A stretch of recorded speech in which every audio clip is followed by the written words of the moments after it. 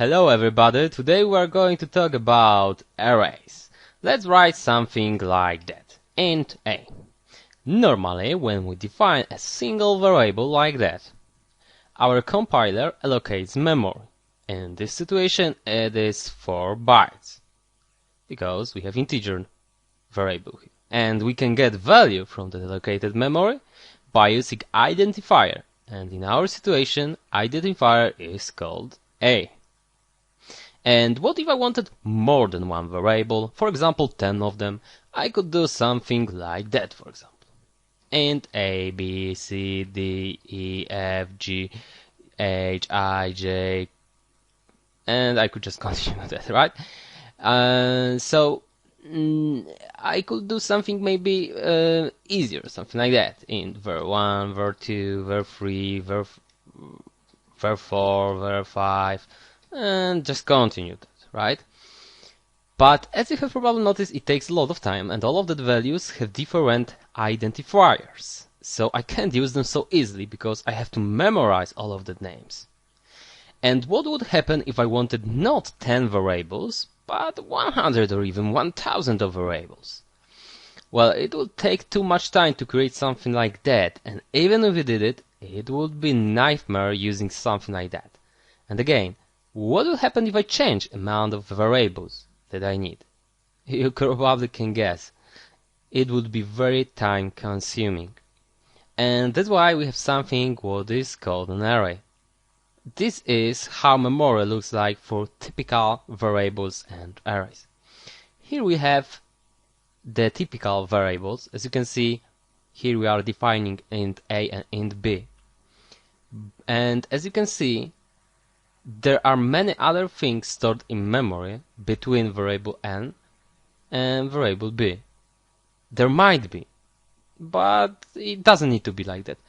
But there might be, so we don't know exactly where that variable a or variable b will be put in our memory. We don't know that. We just know that it will be 4 bytes and it is called, it will be, we can access the variable by using the identifier a, right?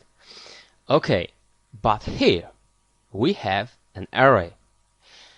In order to create an array, we have to write after the identifier of our array, so in our situation this x, the square brackets, and in the square brackets inside, we should put the size of our array.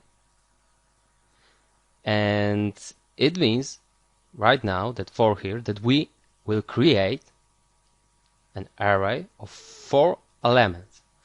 As you can see here, an array is a series of elements. Series means that they are next to each other, right? They don't have other things stored in memory between them. They are next to each other and of the same type. It means that we can create arrays only of the same type. So we know that all of the guys here have what? 4 bytes, for example, because the type is integer here right now. So we know that if we jump 4 bytes further, we'll for sure meet an element from that array, right? Okay, now let's go back to our code and let's create an array. So let's create something like that, for example int array, and let's create an array that will be able to store 3 elements, right? So how to create an array? Type, next name, and in square we should say how many of them, how many of elements we will have. So size, number of elements, right? Something like that. And right now we know that we created 3 elements that are next to each other. They are the same type. Okay, and how to access, maybe how to get values from that elements, how to assign values to that guys. Well, we can use something like index. In order to do it, we should do something like that. For example, let's assign values there right now. I type array, maybe let's change it to array, just a bit easier. Array, and in the square bracket, we are telling which element we want to take from here. We'll take element that index is 0. The element with index 0 is the first element. Okay, so I was saying here, for example, 10. Now let's do the same thing to other elements. For example, that way. Something like that. I was saying different values. And I just assigned to all possible elements something. 10, 50, and 256. Because we have 3 elements, right? The size of the array is 3. And as you have probably noticed, we have to count elements from 0, 0, 1, 2. There is no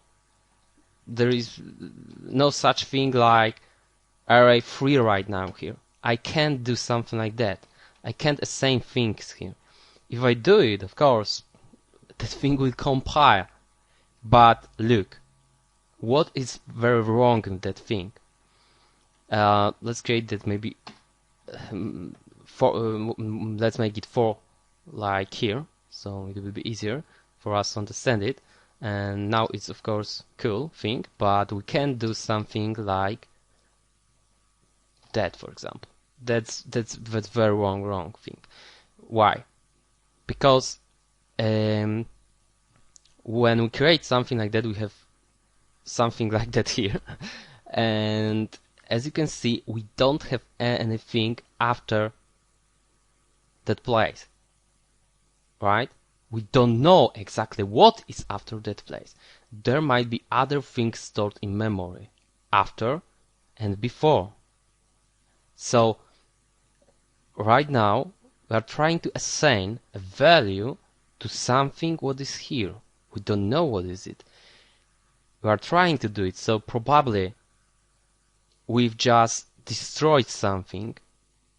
We just assigned to something very important a value like that.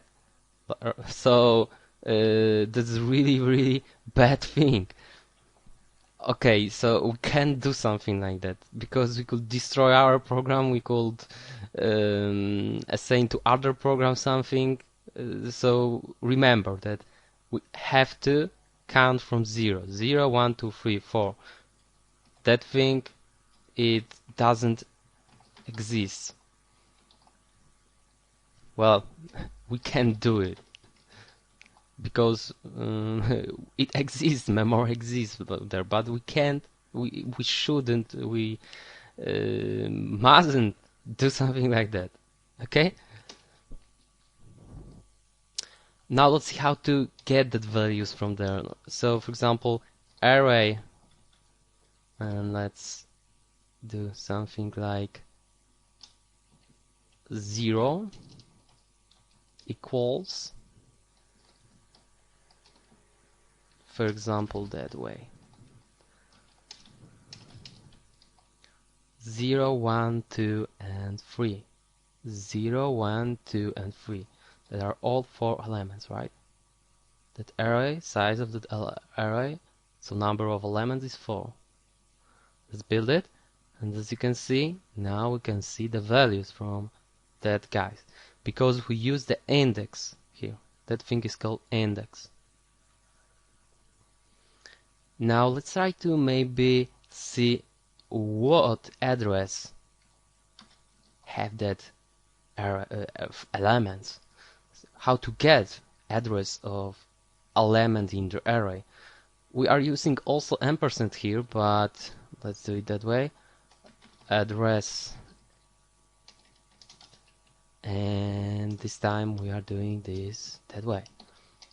Array, and of course we have to add the index. So let's copy that 1, 2, 3, 1, 2, 3. And now we can see the address of all the guys here. That thing here is called hexadecimal.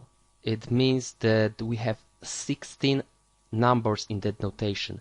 In our notation, we have 10 numbers. In notation, in binary notation that I talked about in the lesson about the bitwise operators, we have two numbers to use, right?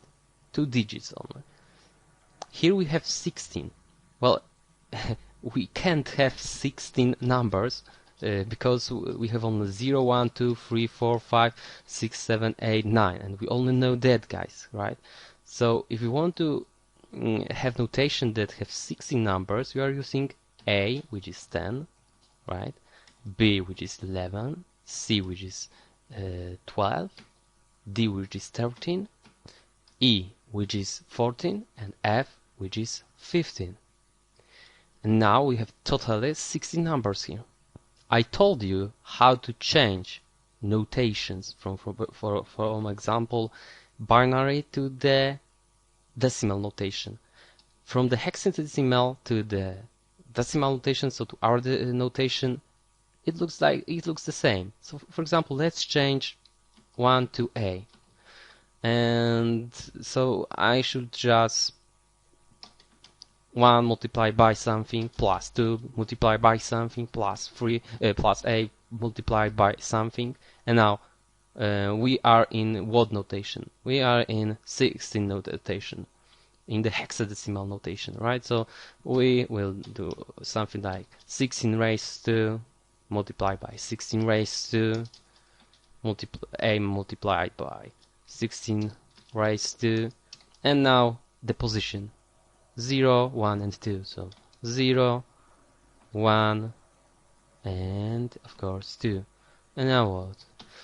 We have 16 to raised to the power of 2, which is 256, plus 32 plus A multiplied by 1. A is 10, so plus 10, right? And we have what? 298. If you don't understand it, please go back to the bitwise operator lesson. And now, when I bid it, you'll notice what? That at the end, that things are moved 4 bytes. 0 at the end, now 4, now 8, so 8 minus 4 is 0, right? C, which is 12 minus 8 is 4. So we are moving 4 bytes by 4 bytes. And that's like I told you here. So they are next to each other. You might be like, hey, why I'm focusing on things like that they are next to each other? Really, believe me, it will be very, very useful thing. Because we'll talk about pointers soon, and you will be like, wow, okay. I'd like to also add that the address of first element in array, so that guy here, can be also achieved that way. So the name of array is address of that guy here. Let's check it out. Let's see if it's true. Maybe I'm lying. As you can see, that address is equal to the address, so everything is fine here. So if I do something like that, if address of array 0 equals,